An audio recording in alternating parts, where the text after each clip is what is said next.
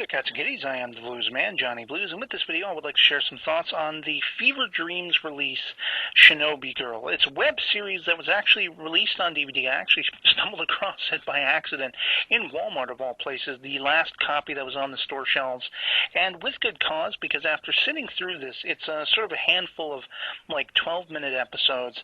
I found it to be a very intriguing and very engrossing series, to do with, of course, Shinobi Girl, the title character, Noriko, who is someone who basically was framed for a murder of a, giant corporation's boss, the head CEO of this particular corporation. And it's very much timely in that it's kind of dealing with the Occupy Wall Street 99% versus the 1%, the richest 1% and everything. And what I love is it's like a very high-quality presentation. The acting is very convincing and very good, but it's also kind of mixed with the low-budget B-movie gory sensibilities that come with samurai film fare and stuff like that, or ninja fare, as it were. And it's just an absolutely intriguing series, starring primarily as the lead character Alexandra Hellquist, but also featuring Maya Vanderwater, Molly Fahey, Christina Giordano, Aaron Mathias, and Whitney Kimball Long. Noriko is on a journey. She's on a journey of vengeance on the one hand, but she's also going about sort of, carrying out Batman-esque vigilantism in that she's saving the poorer masses. She's saving people who are being manipulated by corporate bastardization and stuff like that.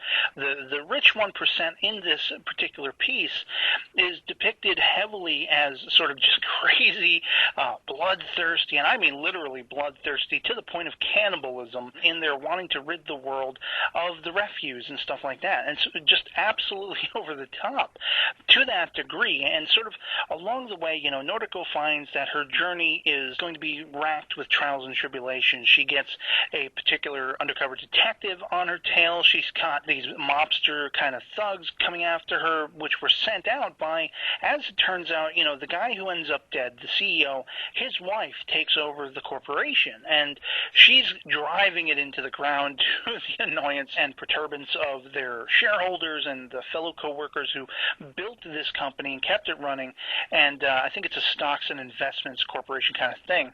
But it's really interesting to see how bloodthirsty and crazy and psychotic this woman is in her pursuit of Noriko. Now, it's under the guise of, well, hey, this woman was, kind of being attacked by my husband. My husband was a cheater. That was just the way he was and everything.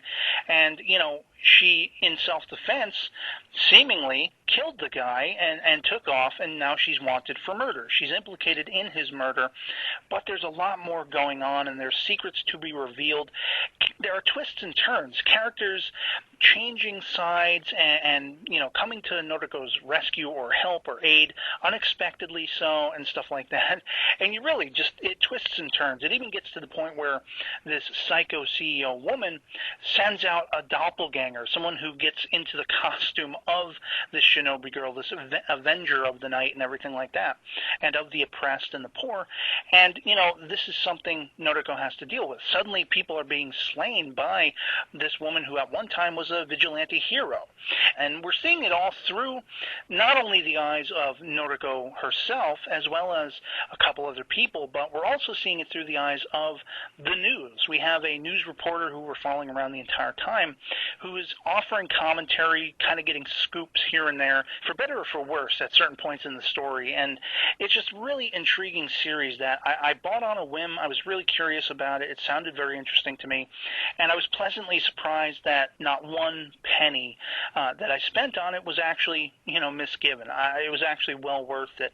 And I can only hope that maybe there'll be a follow-up in the future. I was very happy to see that, even though this is said to be the first season of Shinobi Girl, it does not leave off in a cliffhanger. It wraps everything up rather nicely, if over the top. I mean, that's about, toward the finale, if I had to have one small quibble, that's where everything just goes bat crap crazy, in a sense. And sort of unexpectedly, sort of just, it's like they put all their chips in the bag at the end. But yeah, it was a really enjoyable series. I loved all of the actresses and actors involved in it.